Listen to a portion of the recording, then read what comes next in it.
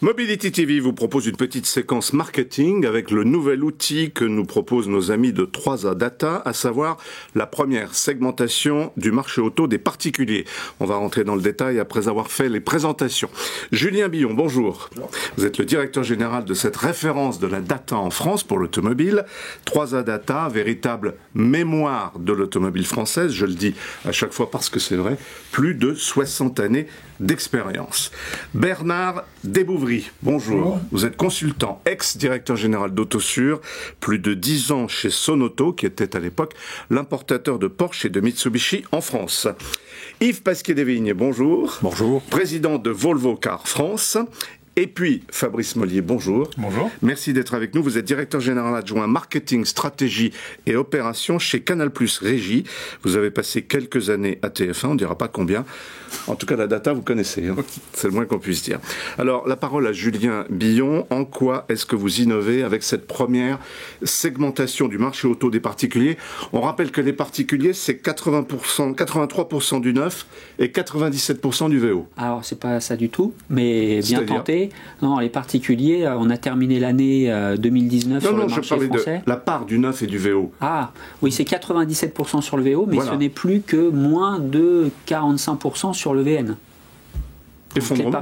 Oui, alors, c'est exactement ça. En fait, pendant quelques mois, on s'est demandé où ils étaient passés. Ils se sont évaporés, ils ont disparu. Ils n'ont pas du tout disparu.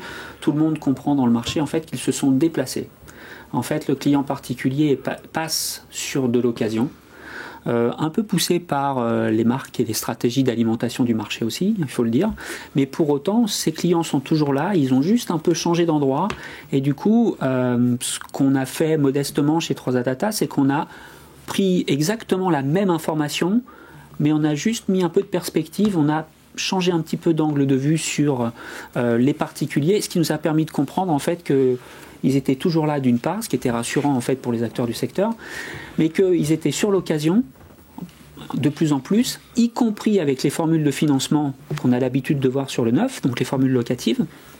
Et du coup, ce que ça nous a permis de faire, c'est que, ayant énormément de données, y compris sur l'occasion, puisque je rappelle que l'occasion c'est quand même 2 fois et demi le marché neuf, quand on cumule la masse d'informations qu'on a sur le neuf, sur l'occasion, et qu'on fait un focus sur les particuliers, on distingue des comportements spécifiques liés aux particuliers. C'est ce qui nous permet d'offrir une nouvelle grille de lecture du marché automobile sur les particuliers. Yves Pasquier-Desvignes, vous confirmez ça? Vous avez le même ressenti? Oui. En fait, il n'y a pas de disparition complète du marché du particulier ou d'effondrement. C'est que le marketing a évolué, c'est-à-dire qu'on s'intéresse plus au client et aux ressources qu'il a. Donc, on lui propose des mensualités, des formules locatives, et que beaucoup de professions libérales qui étaient vues comme des particuliers sont passées vers des formules locatives. Donc, ont glissé dans le domaine du pro. Donc voilà, il y a des gros changement de paramètres par l'évolution du marketing et du comportement et la manière dont on leur parle. Alors, Fabrice Mollier, Canal ne vend pas de voitures, pas encore, ça viendra peut-être un jour, mais en tout cas, vous avez des annonceurs auto en pagaille.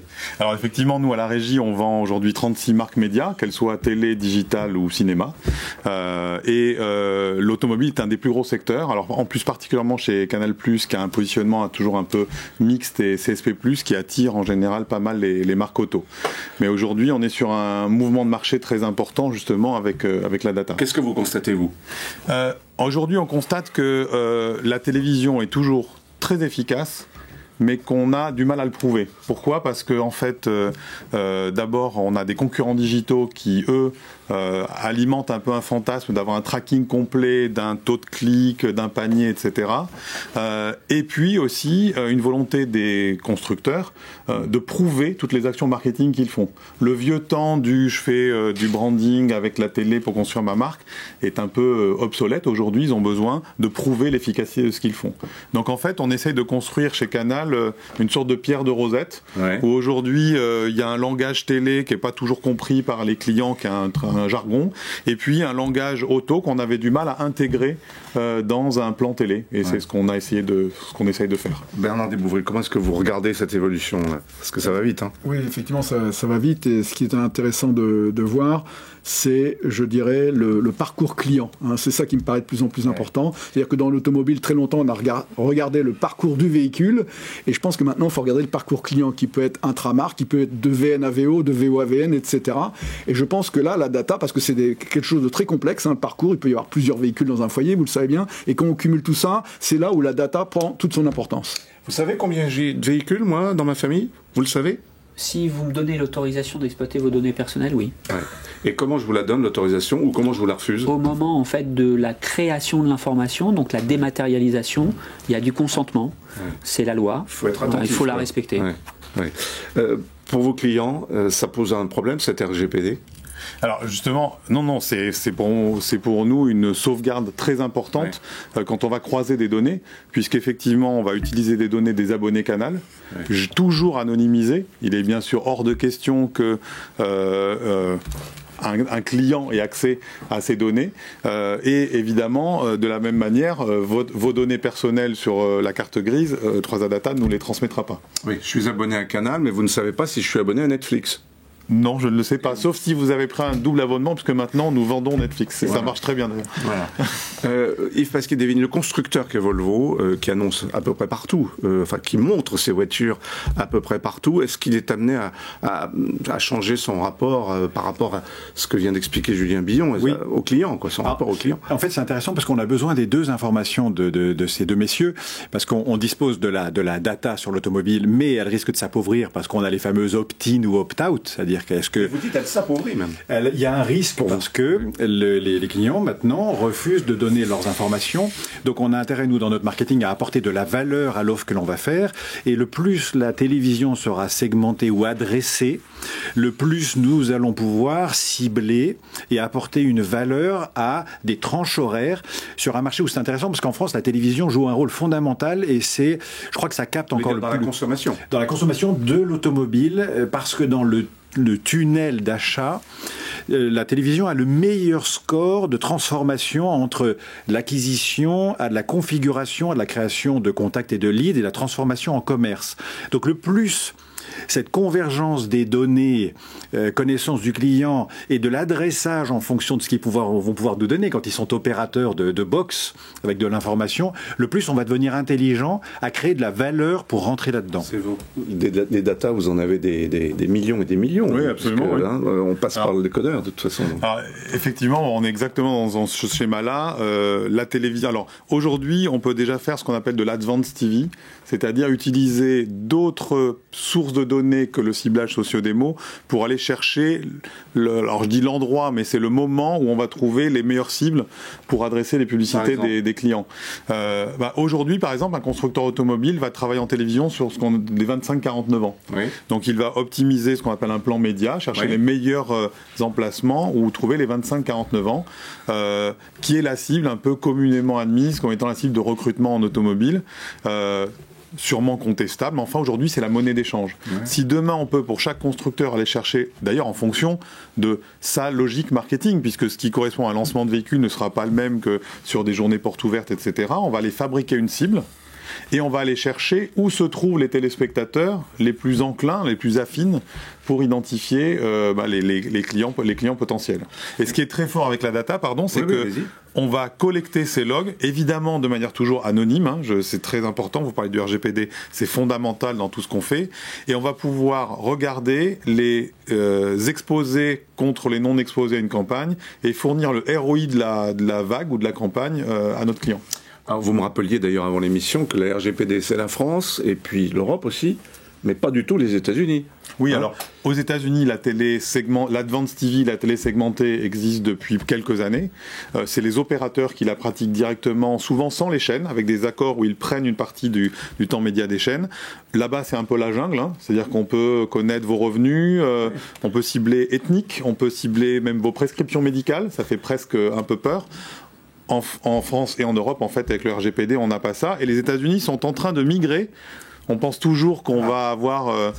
les États-Unis sont en train de migrer, notamment la Californie est en train de déployer un RGPD qui s'appelle CCPA, et donc 18 États seraient en train de l'adopter. Donc en fait, l'Europe est très très en avance. Ce sera peut-être pas la même chose qu'en Europe, si. Ça peut ressembler sur certains États assez en avance, comme la Californie justement. Parce que si on va dans la logique, aux États-Unis, c'est plus facile de vendre des Volvo finalement qu'en Europe, alors. Oui, peut-être. Sauf à avoir un mouvement de reflux, c'est-à-dire pour obtenir de la data, il va falloir que je sois créateur de valeur et que je puisse obtenir et de dire ça a un bien fondé. On a fait des enquêtes. Les consommateurs sont prêts à nous donner des informations, donc de la data sur leur comportement, pourvu qu'ils y gagnent et qu'il y ait de la valeur et que ça n'empiète pas sur leur vie. Aux États-Unis, on voit que ça déborde et qu'il y a un risque que ça ne serve à rien. Ils sont sensibles, puisque mais oui, il y a certains États qui... Et ça donne lieu à des scandales. Oui, bien sûr. Et le consommateur n'est pas fou. Oui. Bernard Desbouvry, comment est-ce que vous voyez ça, encore une fois? Vous avez dirigé un grand réseau de, comment est-ce qu'on peut appeler ça, pas seulement de réparation automobile, de distribution automobile. Alors, c'était pas il y a 50 ans. Comment est-ce que vous faisiez le lien avec vos clients? Comment est-ce que vous connaissiez vos clients? Et comment ça se passe aujourd'hui dans les mêmes réseaux? Alors, je dirais qu'à l'époque, c'était quand même assez empirique. C'était, je dirais, beaucoup de relationnel, en fait. Ça dépendait du type de marque, mais beaucoup de relationnel. Et puis, effectivement, on passait déjà à l'époque par A1, vous le signaliez tout à l'heure, c'est la maison historique. Mais effectivement, c'est ce que je disais tout à l'heure, c'est qu'on s'intéressait à la voiture. C'était l'immatriculation et la voiture. Tout était focalisé là-dessus. Et je dirais que maintenant, la grande différence, c'est qu'on s'intéresse plus aux clients. Et moi, ce que j'attends aujourd'hui, en tant que consultant, mais pour mes clients, etc., c'est le parcours client, savoir d'où viennent les clients. Vous devez faire ce que j'appelle les fameuses matrices de transfert, d'où ils viennent, où ils vont, et comment on combine tout ça. Et c'est là où il faut agir grâce à la data, pour vraiment agir au bon moment de la meilleure façon, à mon avis. Et ce sont les algorithmes qui vous aident le plus, ou est-ce qu'il y a du travail humain en pagaille? Alors aujourd'hui, sur les dossiers de télé segmentés ou Advanced TV, on est encore vraiment en mode POC. C'est de l'innovation, proof of concept. Aujourd'hui, on est encore dans un mode assez manuel, puisqu'en fait, on veut trouver le bon business model, et surtout, on est sur... mais c'est ça qui est passionnant, c'est-à-dire qu'on est pour le moment sur de la doc, c'est-à-dire qu'on s'adapte à chaque client. Et puis à un temps 2, on est aussi en train de passer à cette étape-là.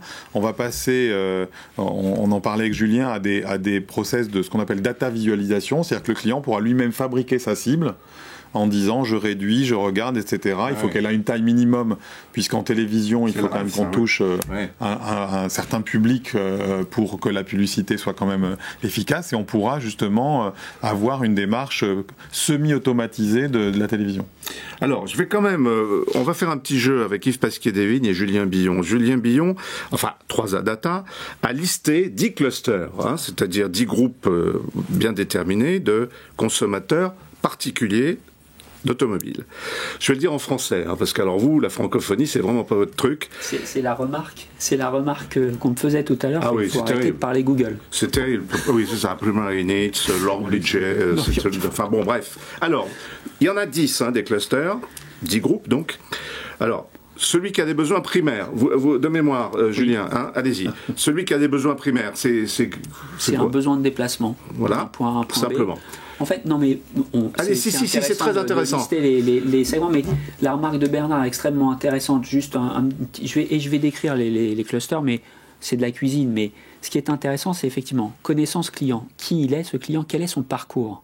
En fait, quelles sont ses habitudes de consommation automobile? Comment il migre d'une marque à une autre marque? Quand il migre d'un modèle à un autre modèle? Ça, c'est possible, ça existe. Écoutez, excusez-moi, si vous avez fait les 10 clusters, c'est bien que vous allez les vendre. Mais bien sûr. Vous allez les vendre, c'est donc ils ont un intérêt. Mais ils ne sont pas intéressants tout seuls. C'est ça le besoin primaire, bon, vous venez de le dire.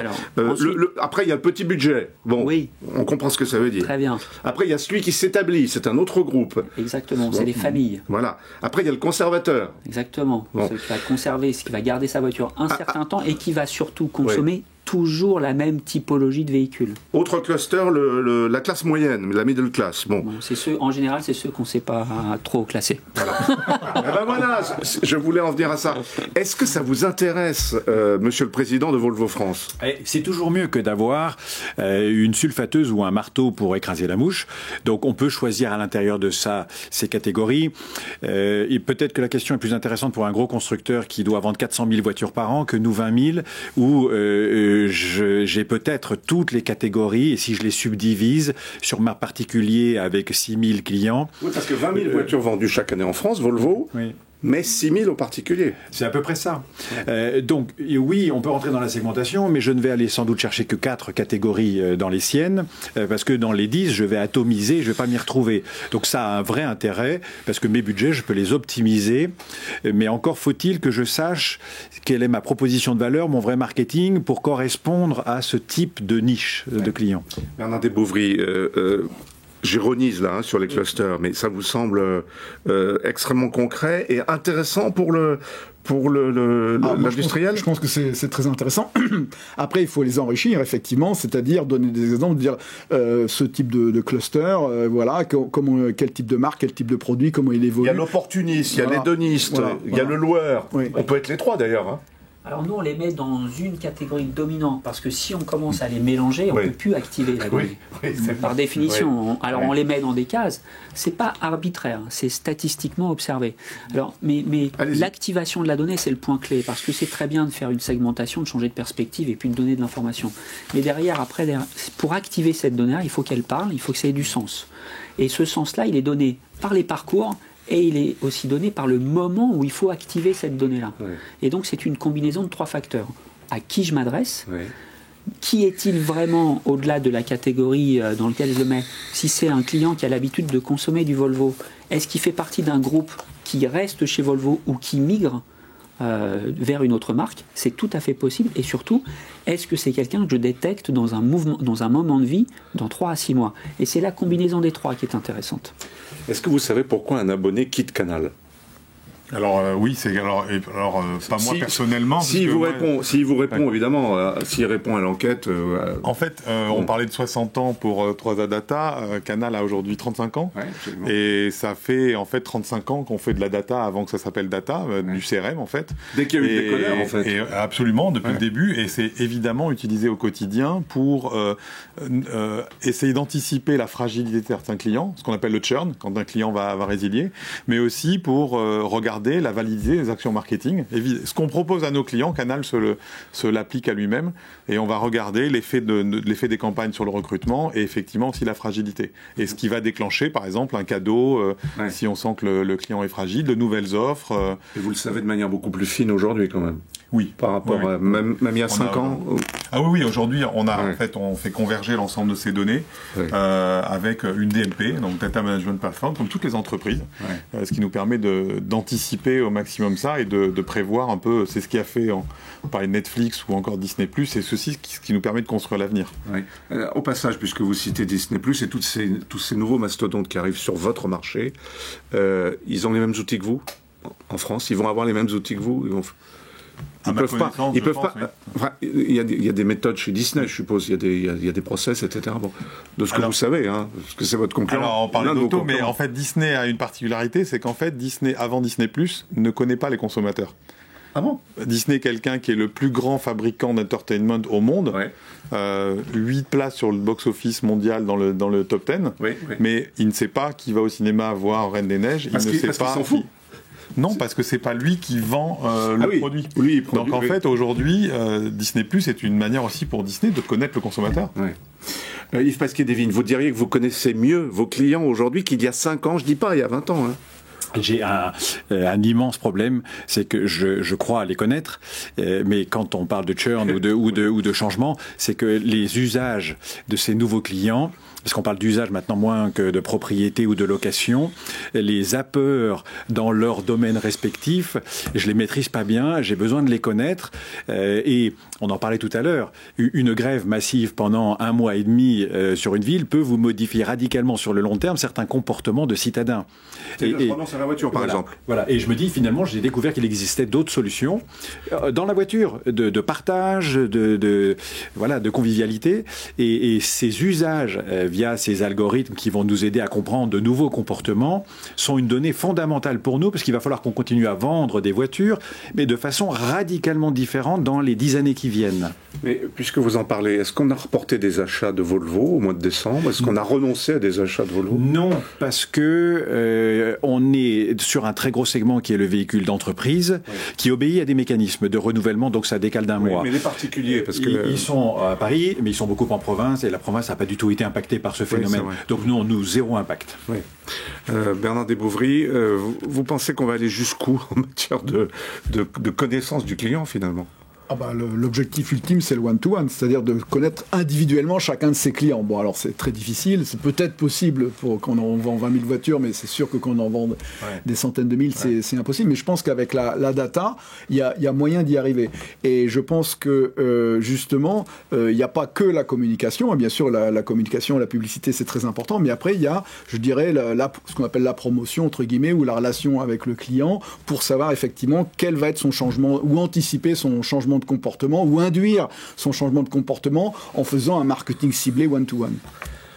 Julien Billon, 3A Data permet désormais aux professionnels de l'automobile de trouver la réponse aux questions suivantes. Avec quel type de véhicule puis-je améliorer ma performance dans ma nouvelle concession de la Sarthe? C'est à ce point-là? Oui. D'accord. Y a-t-il une saisonnalité différenciée par type de consommateur? Mais moi, je croyais qu'on le savait déjà, ça, non? Non, en fait, c'est intéressant, c'est que on a eu, il y a quelques décennies, beaucoup d'informations qui permettaient, si on prend vraiment le segment particulier, d'avoir de la connaissance sur ces particuliers, beaucoup moins de sensibilité à la donnée personnelle, beaucoup d'informations demandées à l'occasion de remplissage de formulaires quelconques. Tout ceci a disparu. En fait, on s'est appauvri.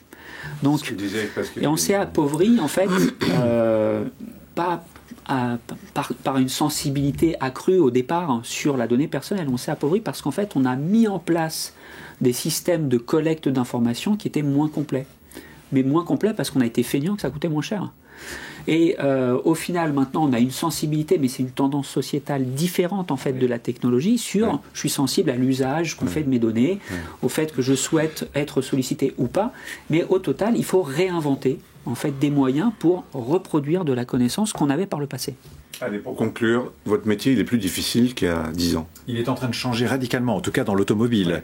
C'est-à-dire qu'on est en train de préparer les 20 années qui viennent de façon totalement différente, aussi bien dans l'outil technique que dans l'approche du client, la connaissance client, le marketing et le commercial. Et bon, le canal de 84, il est loin. Aujourd'hui, c'est plus difficile à la fois de les connaître, et évidemment de les capter, parce qu'il y a plus de concurrents. Aujourd'hui, en 5 ans, Canal a gagné 3 millions d'abonnés. Donc, en France aussi, via les FAI. Mais c'est surtout que dans le monde de la publicité, la pub télé, ça devient passionnant, parce que ce qu'on vient d'évoquer aujourd'hui, de pouvoir cibler différemment des gens, on ne pouvait pas le faire avant, et donc ça ouvre des opportunités incroyables. Ça fait plaisir de voir votre optimisme à vous tous. Et puis on est protégé par cette fameuse RGPD. Merci. Merci.